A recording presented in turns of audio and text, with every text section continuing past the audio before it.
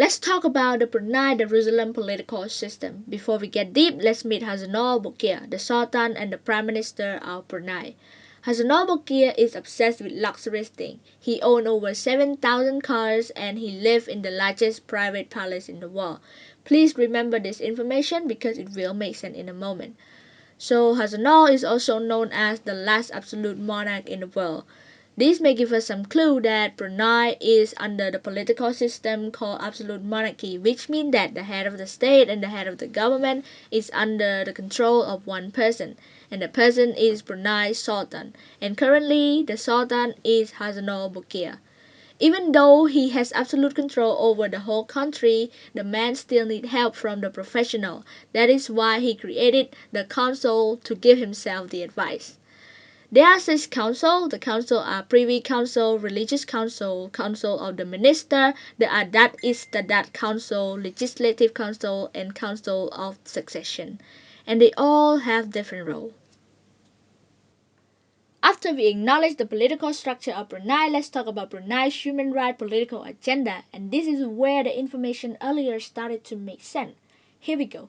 Because of the rich economy in Brunei, the citizens receive free healthcare, free dental care, free education, old age pension, and even the funeral is funded by the government.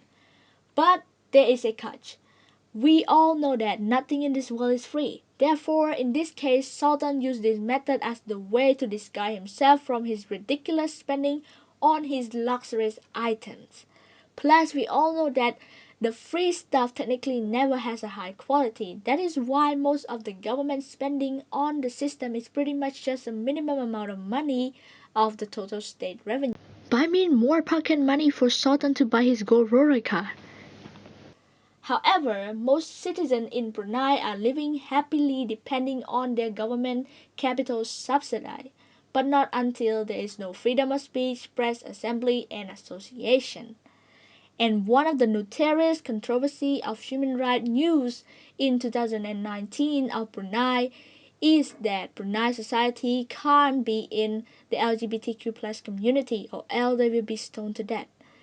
As we all know that Brunei is the religious country, so Hassanal Bolkiah defend himself by saying that the community is against the Allah. So no more discussion for the community. Sad. The new code would commit gay people caught having sex to death by stoning, and it would send lesbians caught having sex to 100 whips of the lash.